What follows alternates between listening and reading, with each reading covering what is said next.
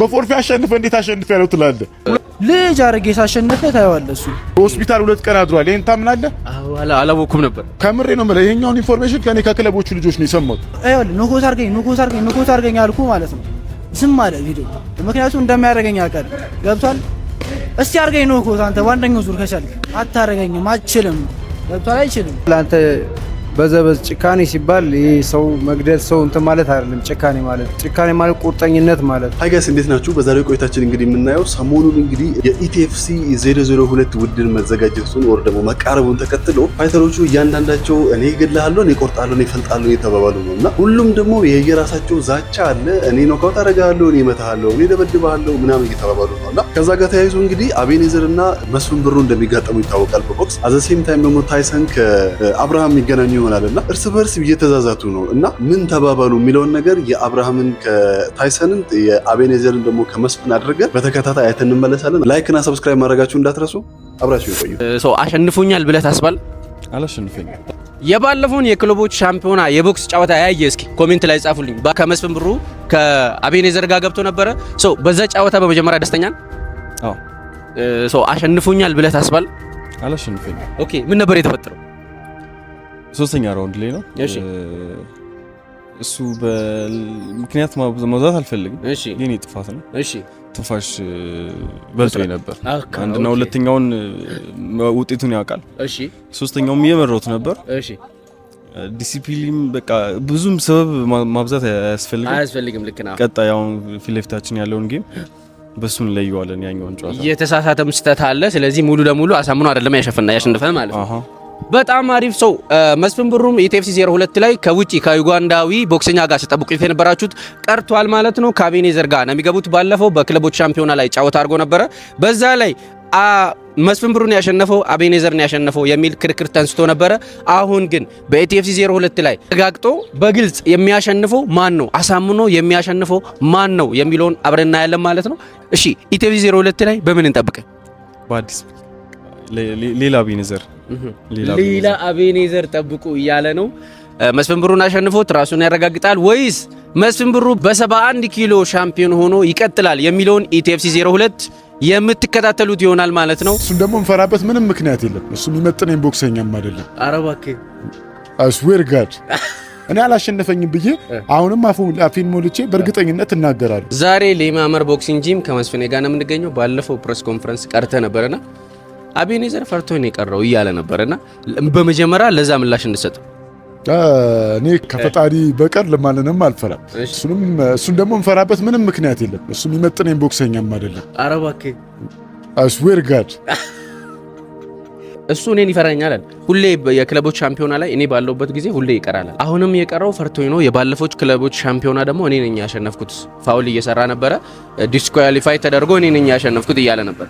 ለዛ ብዙ ማብራሪያዎች ሰጥቻለሁ። በአማተር ሕግ መሰረት በአይባ ይሄኛውን በማንኛውም ኢንተርኔት ላይም ገብተህ ታውቃለህ። በአንድ ውሳኔ ሪንግ ላይ አሸናፊ ተብሎ ከተገለጸ በኋላ 30 ደቂቃ ውስጥ ያ ውሳኔ ማግኘት አለበት። እኔ አሸንፌ ከዛም በኋላ እጄ ተነስቶ እዛ ላይ ቦታው ላይ ነበር።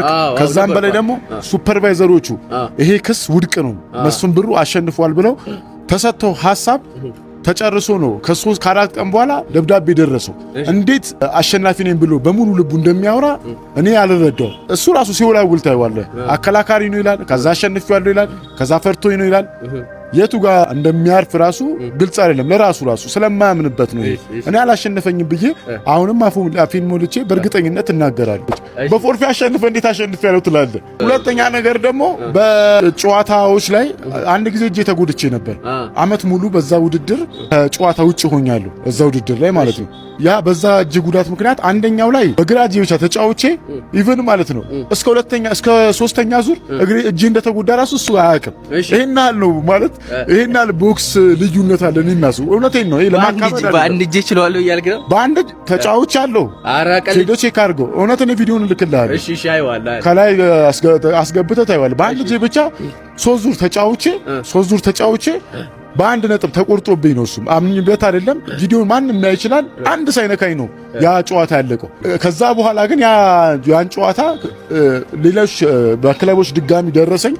ሌላ ክለቦች ላይ ደግሞ ያ ስትራቴጂ በቃ ተባኗል። እጄ እንደተጎዳ ስላወቁኝ እንደሚያሸንፈኝ ስለማውቅ እዛ እንትን ላይ ያው እጄ በአንድ እጄ ተጫውቼ አሸንፌ ተሸናፊ ተደረኩኝ። ሁለተኛው ላይ ግን በቃ የተባነነ ነው። ያኛው በአንድ እጄ እንደተጎዳው ስላወቀ እዛ ጋር ብጫወት እንደሚያሸንፈኝ ስለማውቅ ቀረው ማለት ነው። ያን ግን እሱ እንደ ፍርሃት ነው ያየው። በፎርፌ ደግሞ እኔ በሱ ቦታ ብሆን በፎርፌ አሸንፌያለሁ አይደል? አፊል ሞልጭ በፎርፌ አሸንፈ እንዴት አሸንፌያለሁ ትላለህ? ሆስፒታል 2 ቀን አድሯል። ይሄን ታምናለህ? አላወኩም ነበር። ከምሬ ነው ማለት ይሄኛውን ኢንፎርሜሽን ከኔ ከክለቦቹ ልጆች ነው የሰማሁት። የባለፎች ክለቦች ሻምፒዮና ላይ ደግሞ ማለት ነው የመጀመሪያውና የሁለተኛው ራውንድ እየመራሁት ነበራል። እኔ የትንፋሽ ችግር ነው ያለብኝ። አሁን በዚህኛው አሳየዋለሁ፣ ሪስትህን ሰብራለሁ አለ። አንገቴን መቀነጥስልህ ማይለው ነገር የለም። እንዴት ነው? ቆይ እዛ ጨዋታ ላይ አንደኛ በልጦኛል። እኔ የተበለጥኩበትን አሁንም አልክድም። ኖ በልጦኛል። አንደኛ ዙር፣ ሁለተኛ ዙር በልጦኛል። ይሄንን በደንብ እቀበላለሁ። ሶስተኛ ዙር ግን መጨረሻ አቅቶታል። እሺ ትንፋሽ ችግር ያለብኝ ትንፋሽ ተመቶ ተጎድቷል። ሆስፒታል 2 ቀን አድሯል። ይሄን ታምናለህ? አላወኩም ነበር። ከምሬ ነው ማለት ይሄኛውን ኢንፎርሜሽን ከኔ ከክለቦቹ ልጆች ነው የሰማሁት። 2 ቀን ሆስፒታል ተኝቷል። ሰዎች ሆይ እያሉት እያስገቡት ነው። ይሄ ልጅ አሁንም በእርግጠኝነት ምነግርህ ባለፈው 2 ቀን ሆስፒታል ተኛ። በአሁኑ አውጣም በቃ ሬዛ ነው ማስወስደው። ከምሬ ነው የምልህ። በትንፋሽ በልጠዋለሁ፣ በአይኪው በልጠዋለሁ፣ በትኩረት በልጠዋለሁ። እሺ ልበ ሙሉ ነኝ። ማንንም አልፈራም። እኔ ኢትዮጵያ ውስጥ በ71 ኪሎ እዛ ኪሎ ላይ ማንንም ይምጣ አስተናግዷለሁ። እኔ ሻምፒዮን ነኝ። አትመጥኑኝም እዛ ኪሎ ላይ። ለዚህ ውድድር በጣም ከምልህ በላይ ጓጉቼ እየጠበቅኩ ነው። ሰው መስፍኔ ኦሬዲ የ5 ቀን ብቻ ነው የቀረው ለፋይቱ። ዝግጅት እንዴት ነው? ቲሸርትም አሰርተሃል አንተ። ሜንታሊ ፊዚካሊ ዝግጅት እንዴት ነው? ያው ቲሸርት ሊማምር ቦክሲንግ ጂም ውድ አድናቂዎቼ፣ አክባሪዎቼ፣ ደጋፊዎቼ ለጂሚ ጊፍትን የሰጠሁት ለእናንተ ግን በተመጣጠነ ዋጋ እሸጥላችኋለሁ። ለዚህ ውድድር በጣም ከምልህ በላይ ጓጉቼ እየጠበቅኩ ነው። ጠብቃችኋለሁ። ሶ ጋይስ እንደሰማችሁት ነው እንግዲህ መስፍንና እንግዲህ አቤኔዘር በጣም ከባድ ዛቻ ውስጥ ነው ያሉት እርስ በርሳቸው። መስፍኔም 2 ዙር አሸንፎኛል ከዚህ በፊት የነበረው ውድድራቸው ላይ 2 ዙር አሸንፎኛል፣ የመጨረሻውን ግን መጨረስ አልቻለም ይላል። አዘሴም ታይም አቤኔዘር ደግሞ ትንፋሽ ስላጠረኝ 3ኛውን ዙር አልቻልኩም፣ 2 ዙር ግን አሸንፌዋለሁ እየመራሁት ነበረ። ሶ ግን ትንፋሽ ስላጠረኝ 3ኛው ዙር ላይ ተሸንፌያለሁ፣ በአጠቃላይ ተሸንፌያለሁ እያለ ነው። መስፍን ደግሞ በተመሳሳይ እኔ በአንድ እጄ ሁላ ተጫውቼ አሸንፌው አውቃለሁ ግን ተሸናፊ ተብያለሁ እያለ ነው። እና እዚህኛው ውድድር ላይ ግን አሳየዋለሁ እያለ ነው። ማን እንደሆንኩኝ አሳየዋለሁ። ኢትዮጵያ ውስጥ እንግዲህ በ71 ኪሎ ማንም የሚችለኝ እኔ ጋር የሚደርስ የለም፣ አትመጡንኝም እያለ ነው መስፍኔ። ሪሊ አትመጡንኝም እንዳለው ግን አትመጡንኝም የሚባሉ 71 ኪሎ ሰዎች አሉ ወይስ የሉም? ሀሳባችሁን ኮመንት ላይ ያሳውቁ። የሚቀጥለው ላይ ስንሄድ እንግዲህ ታይሰን የምናውቃቸው ታይሰንና አብርሃም አለም እየተዛዛቱ ነው። አይገልጸውም። እኔ እጥልሃለሁ ነው የሚለው፣ አንተ አታሸንፈኝም ይባባላሉ። እርስ በርሳቸው የተዛዛቱ ነው። እንግዲህ ምንድን ነው እያሉ ያሉት የሚለውን ነገር አብረና ያለን አብራችን ቆይ። ልጅ አርጌ ሳሸነፈ ታየዋለህ። እሱ ዛሬ ከታይሰን ዋጋ ነው የምገኘው። እንግዲህ የእናንተ ፋይት መጀመሪያ ላይ አናውንስድ የሆነ ነው። ከዛ በመሀል ላይ ዝም ብላችሁ ነበር። አሁን ግን ሶሻል ሚዲያውን ተቆጣጥራችሁታል። ትናንትና ደግሞ ሽሮ ሜዳ ሄደ ነበር። ቀጠናው አላገኘውም? አው አላገኘሁትም። እዛ ሜርኩ በምክንያት አንዳንድ ፈችሎች ምናምን የሆነ ቪዲዮ ምናምን እየሰሩ ምንም እንደማያመጡ ለማሳየት ነበር የሄድኩት። እነሱንም አላገኘኋቸውም። ሾፒንግ አድርጌ ምናምን የሀገር ልብሴን ምናምን ተሰፍቼ ማመጥ ይቻለሁ። ብቻ ማንም ምንም እንደማያመጣ ለማሳየት ነው የሄድኩት። አሉኝ ዳሜሮች ሽርፍቀ ብቻ አሉኝ ዝርዮች፣ ግን አንዳንድ ፍሪኮችም ደግሞ አሉ በዛው ልክ። እነሱ ምንም እንደማያመጡ ለማሳየት ነው የሄድኩት። እሺ ሌላው ደግሞ ያው ፕሬስ ኮንፈረንስም ከዛ በፊት አብርሃም ኢንተርቪው ሲደረግ ያለው ነገር ቢኖር በኤክስፒሪየንስ በደንብ በልጣለሁ፣ እነዚህ አዲስ የሚመጡ ጁኒየር የሆኑ ፋይተሮችን ደግሞ በደንብ ማስተምርበት ብቃቴን ማሳይበት ፋይት ነው ብሏል። እና በዚህ ዙሪያ ብዙ አመት መቆየቱ ማተር ያደርጋል ወይስ ዋናው ባጭር ጊዜም ስኪል ቶሎ መገንባትን ወሳኙ ነገር? እንደ ሁለተኛው ሲኒየር ነው ያው፣ ግን ችሎ መገኘት ነው ያለው፣ አክቲቭ ሆነ መገኘት ነው። በቆይታ ሳይሆን በቆየህበት አመት እንዴት እየሰራህ ነው እየቆየኸው፣ ወይ ምን እያረክ ነው የቆየኸው። ዋናው አቀባበሉ ነው ገብቷል። በቆየህበት አመት አይደለም። እሱን ደግሞ እንዳልሆነ ደግሞ አሳያለሁ መድረክ ላይ ልጅ አርጌ ሳሸነፈ ታየዋለህ። እሱ ያማን እንደ ሁለተኛ ያማን። ሌላው ደግሞ የእሱ ዱላ ጠንካራ ነው ተብሎ ይወራል። ታይሰን ያንተስ ዱላ? ስለ ጥንካሬው ጓደኞቹን ይጠይቅ። ዞር ብሎ ጓደኞቹን ምን እንዳረኩት በጥንካሬም አለኝ፣ በቴክኒክ አለ፣ ፉል ነኝ፣ በሁሉም ፉል ነኝ አለው፣ ዝግጁ ነኝ። ቀኑ አልደርስም ያለኝ ነሐሴ 21 አልደርስ አለኝ። እኔ ምን እንጠብቅ? ኖካውት ወይስ በዲሲሽን ነው የምታሸንፈው? በምን ላልልሽ በምን እንደማረግላችሁ ኮሜንት ላይ ጻፉልኝ። ብዙ ላይክ ባለው አረግበታለሁ ነው የምችልሽ። ታይሰን አሁን ላይ ብዙ ተከታይም እያገኙ ካሉ ፋይተሮች መካከል አንዱ አንተ ነህና ወደፊት የኢቲኤፍሲ የሁሉም ኤምኤምኤም ሞይታይ ምናምን ቢኖር ራሱ የሁሉንም ሜን ኢቨንት የመሆን ፖቴንሻል አለ ወይ? በዚህ ፋይት የምታሳየው ፐርፎርማንስ ወደዛ ነው ወይ የሚመራ? ወደፊት በጣም በቃ በኢትዮጵያ አለ የሚባል ቦክሰኛ ለመሆን ሀሳብ እንዴት ነው? አዎ እኔ ሀሳቤ ትልቅ ነው። ሀሳቤ ትልቅ ነው። ኢቲኤፍሲ በሀገር ደረጃ በዓለም ደረጃ ነው እኛ ምን ነክሰው ገና ነው። ይሄ ጅማሬያችን ነው። ገና እየሰራን ነው፣ እየለፋን ነው። አሁን ኢቲኤፍሲ 02 ደግሞ ለየት ያለ ነገር ጠብቁ። ገብቷል? ለየት ያለውን ታይሰን ነው ማሳየ። አንተም ተዘጋጅ፣ ከብረን ነው ምንጥቀ ተዘጋጅ ብያለሁ። በዓለም ነው በኢትዮጵያ ብቻ ምቆም ሰው አይደለም ማለት ሀገሬን ገና ሀገሬን ባንዲራ ብዙ ከፍ አደርጋለሁ ነው ይታየኛል ነው ማለት አይወል ኖኮት አርገኝ አልኩ ማለት ነው። ዝም አለ ቪዲዮ ምክንያቱም እንደማያደርገኝ አቀር ገብቷል። እስቲ አርገኝ ኖኮት አንተ ባንደኛው ዙር ከቻልክ አታረገኝም፣ አትችልም። ገብቷል? አይችልም። ከፈለኩኝ ያረጋዋለሁ፣ ከፈለኩኝ ያረጋዋለሁ። ባይዘው ሌላው ደግሞ በጭራሽ ኖካውት ሊያረገኝ አይችልም ብሎ ያነሳው ነገር አለ። ከዛ አንተስ ጨዋታው እንዴት ነው የምታስኬደው ብዬ ጠይቄው ደግሞ በፈለገው መንገድ በነጥብም ወይስ በኖካውትም እስኪ ተመልካች ይወስን ብሎም ያነሳው ነገር አለ። የእሱን ኮንፊደንስ እንዴት ታየዋለህ? ግን አንተ ኖካውት የምታረግበት እድል ራስህም ክሬት አድርገህ ወደዛ ማስኬዱ አቅሙ አለኝ ብላ አታስብም እንዴ? ምንም ጥያቄ ውስጥ የሚገባ የለም እኮ። ከፈለኩኝ ያረጋዋለሁ፣ ከፈለኩኝ ያረጋዋለሁ። ባይዘው ቦክሱን ግን መጀመሪያ ላሳይ እሱን፣ ከዛ በኋላ ላይ በየዙሩ ደግሞ እየቀያየርኩ ማሳየው ነገር ይኖራል። ከዛ ያዋል ማለት ነው። ከዛው ትወስድበታለህ። በጣም አሪፍ። በጣም ጓጉቻለሁ። የሁለታችሁ አንድ ሳምንት ነው የቀረው። በመጨረሻ የምታስተላልፍለት መልእክት ለታይሰን? በርተሽ ስሪ። ምንም አለሽ ነገሮች የምትቋቋሚበት ነገሮች በርተሽ ስሪ። እዛው ላይ እንገናኛለን። ቦታችን ስፓታችን ላይ እንገናኝ። የ3 ኪሎ ካታጎሪ ሻምፒዮን ሆናሉ ማለት ነው። በአንድ አመት ውስጥ በአንድ አመት ውስጥ 57 60 63 ደግሞ እየመጡ በዚህ አመት የ57 የ60 ኪሎ ግራም ሻምፒዮን ሆናለሁ። አሁን ደግሞ በአንተ ዲቪዥን መጥቼ የ3 ዲቪዥን ሻምፒዮን ሆናለሁ ብሏል። ታስቆመዋለህ? ዲፌንድ ታደርገዋለህ?